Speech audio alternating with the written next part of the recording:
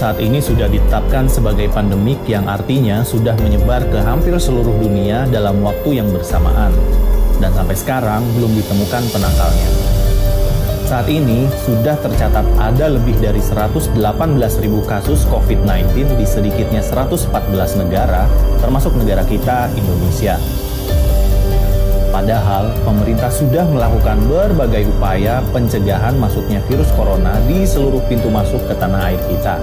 Misalnya, di bandara, di pelabuhan orang maupun pelabuhan barang, hingga di pos-pos lintas batas negara, semua petugas bersiaga melakukan pengecekan baik secara dokumen maupun menggunakan alat mengukur suhu untuk mencegah masuknya virus.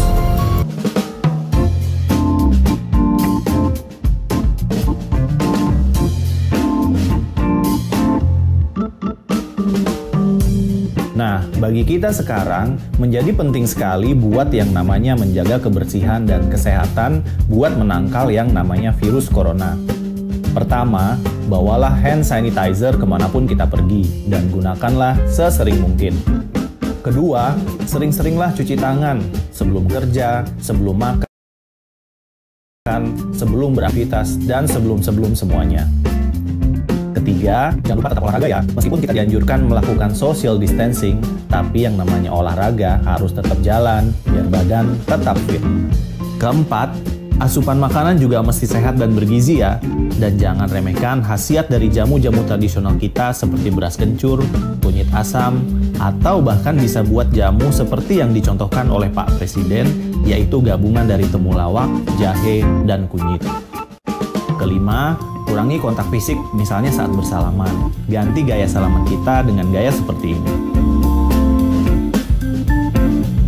Atas nama masyarakat, bangsa, dan negara, saya menyampaikan terima kasih dan penghargaan yang setinggi-tingginya pada para dokter, para perawat, dan seluruh jajaran rumah sakit yang sedang bekerja keras penuh dedikasi dalam melayani dan merawat para pasien yang terinfeksi COVID-19.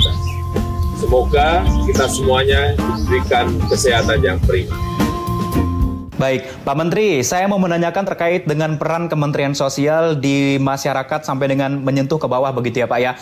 Apakah ini pihak dari Kementerian Sosial sendiri membuat posko-posko untuk bagi para korban ataupun bagi para warga kita yang akan kita lindungi? Karena begini, harap diingat juga, kalau yang untuk kesehatan itu memang sudah, jadi gini kan kita sudah membuat gugus tugas penanganan COVID-19, ya. Itu adalah leading sektornya, itu adalah koordinator dari semua, ya. Kemudian yang bicara mengenai penanganan COVID-19 itu adalah domainnya Kementerian Kesehatan, ya. Jadi kami tidak mungkin melakukan kegiatan-kegiatan yang menduplikasi, ya. Kita stick kepada tugas dan fungsi kita. Kementerian Sosial urusannya perlindungan sosial ya perlindungan sosial. Tidak mau terlalu jauh menangani urusan kesehatan. Itu yang satu. Yang kedua harus dilihat, saat ini benar-benar harus diterapkan social distancing. Ya. Jadi kita tidak ingin minta masyarakat melakukan itu, kami sendiri melakukan kegiatan-kegiatan yang berkerumun. Ya, ini tidak kita jalankan.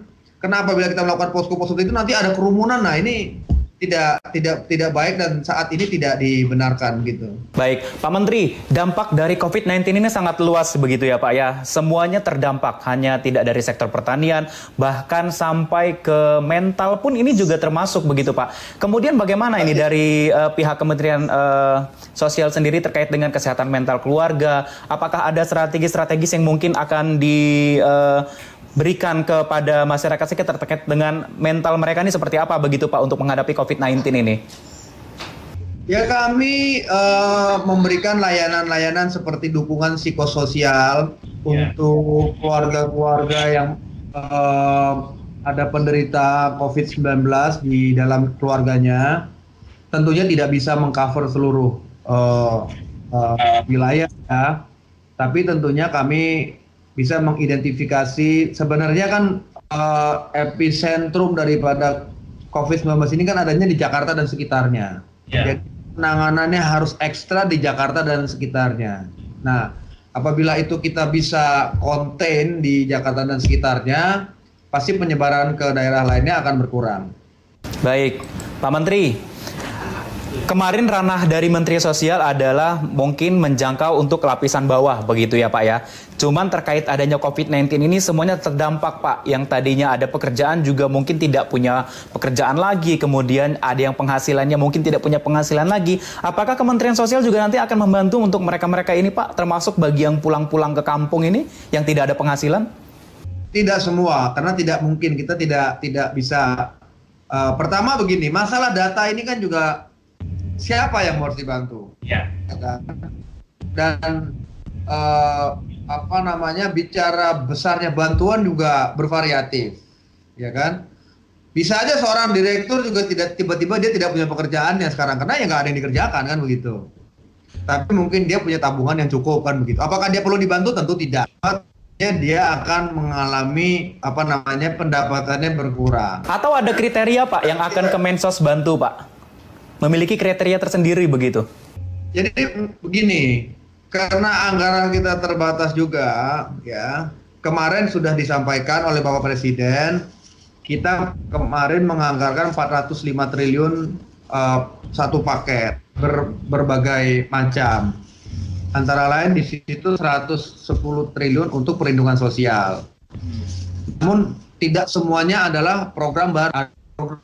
Yang reguler yang tadi saya sampaikan di awal, PKH, program sembako. Nah, kami sedang menggodok dengan pemerintah Provinsi DKI untuk memberikan bansos tambahan di DKI. Karena apa? Di DKI ini pekerja sektor informalnya banyak sekali.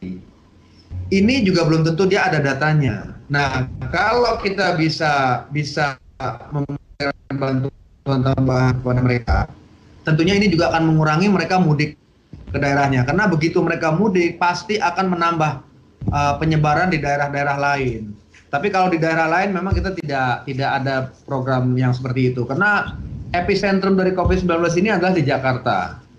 Daerah lain mungkin ada, tapi tidak ada yang setinggi eskalasinya di Jakarta gitu.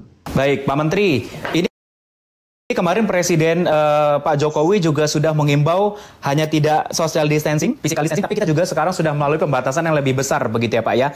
Yang kita khawatirkan adalah pembatasan wilayah seperti itu. Kemudian bagaimana ini dari pihak Kementerian Sosial sendiri untuk berkoordinasi dengan teman-teman di daerah ataupun memberikan bantuan-bantuan itu Pak?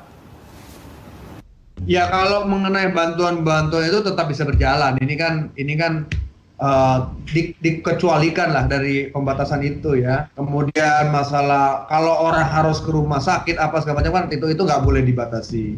Jadi begini, pembatasan sosial berskala besar ini bukan berarti seperti kayak karantina wilayah, ya. Tapi Bapak Presiden menyampaikan kalau misalnya ada satu RW, ada satu kelurahan yang ternyata di situ yang positifnya sangat tinggi, itu Bapak Presiden memberikan keleluasaan kepada kepala daerah untuk misalnya menutup daerah itu, ya.